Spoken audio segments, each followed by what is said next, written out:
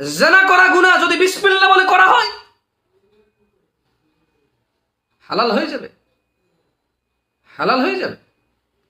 বোন আমার, তোমাকে বলি, তুমি প্রেমকে রিলেশন বলবা না।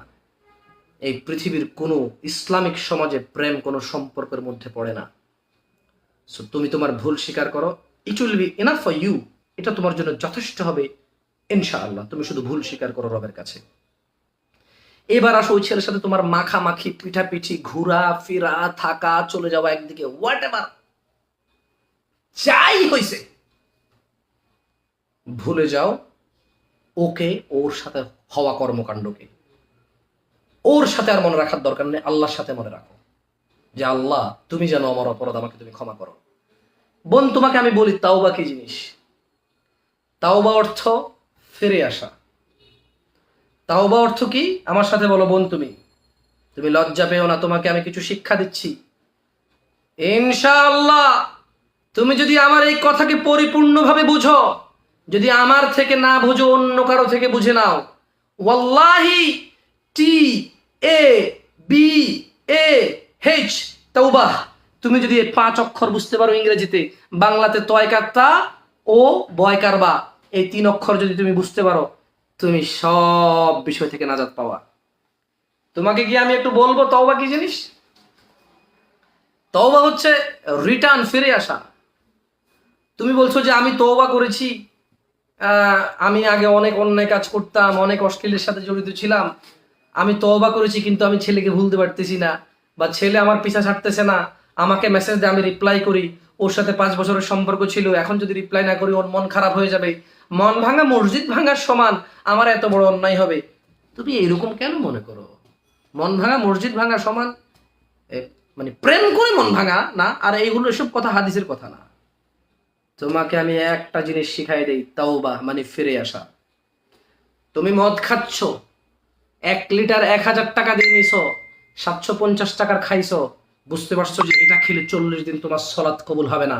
তুমি কি 250 ml 250 টাকার মদের জন্য তোমার 40 দিন নষ্ট করবা? তুমি বলবে ধুর, মদ ফেলে দেওয়া তোমার জন্য তওবা, রাইট? এবং ওই মদ না খাওয়া।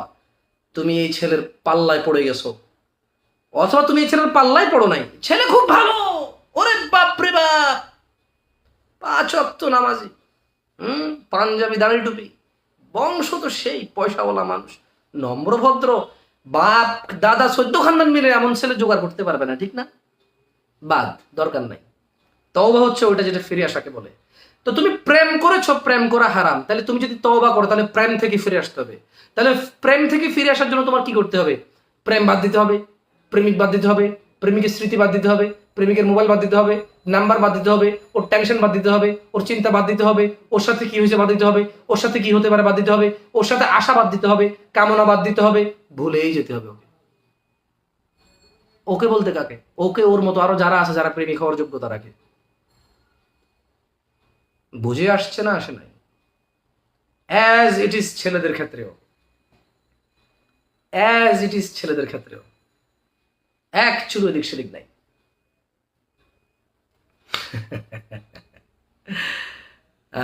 আস্তাগফিরুল্লাহ। বোনরা প্রশ্ন করে কোন দোয়া পড়লে আমার মনের আশা পূরণ হবে?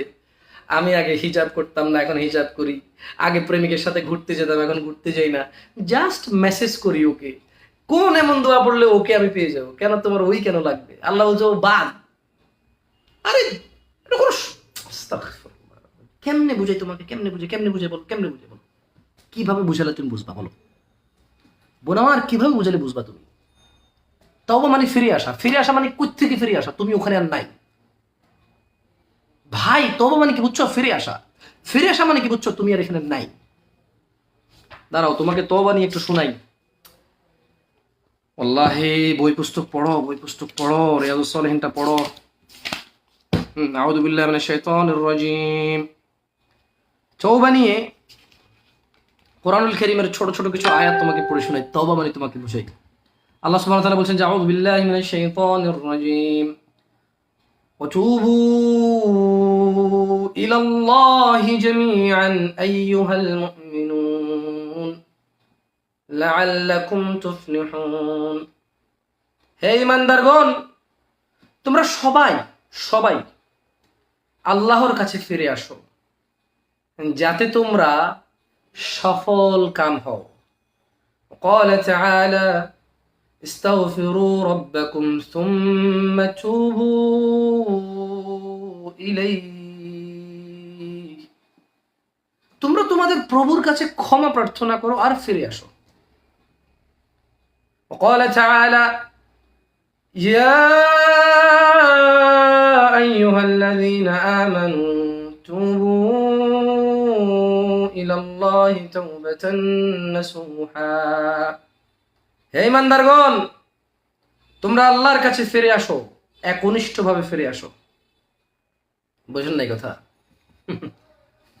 যে আল্লাহর কাছে ফিরে আসবে সেই সফল কাম হবে, এছাড়া কেউ সফল কাম হবে না। সো কোন অন ইসলামিক কাজ, যেই কাজে নেকি নাই ওই কাজকে সুন্দর করে তুলেই ধরা যাবে না।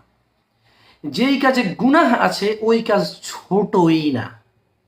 যেটা হারাম সেটাকে কখনোই হালালে পরিণত করা যায় না, একটা হারাম ছাড়া। গুনাহ করে ফেলছি, ওই গুনাহকে নেকিতে পরিবর্তন করা যায়, কিন্তু গুনাহকে হালাল করা যাবে না, কোনো সিস্টেম নাই।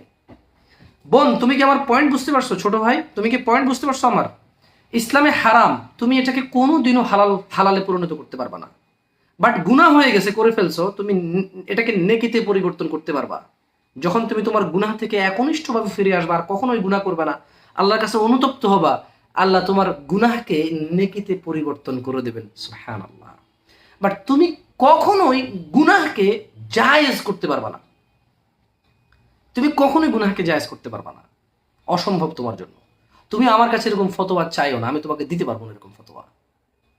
তুমি এরকম মনে মনে ভাবো না যে তুমি অনেক ভালো হয়ে গেছো, তওবা করে ফেলছো, আগে পর্দা করতে না এখন করো, আগে ছেলের সাথে কফি খেতে যেতে এখন যাও না, আগে প্রতিদিন ভিডিও কলে কথা বলতে এখন অডিও কলে কথা বলো, আগে প্রতিদিন অডিও কলে কথা বলতে এখন টেক্সট মেসেজ করো।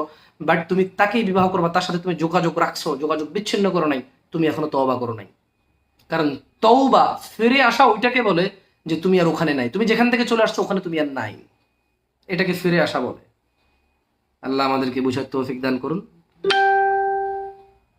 اللهم صل وسلم على نبينا محمد استغفر الله العظيم سبحانك اللهم وبحمدك اشهد ان لا اله الا انت استغفرك واتوب اليك। ঠিক আছে, মন খারাপ করবা না, আজকে এতটুকুই। আসসালামু আলাইকুম ওয়া রাহমাতুল্লাহ।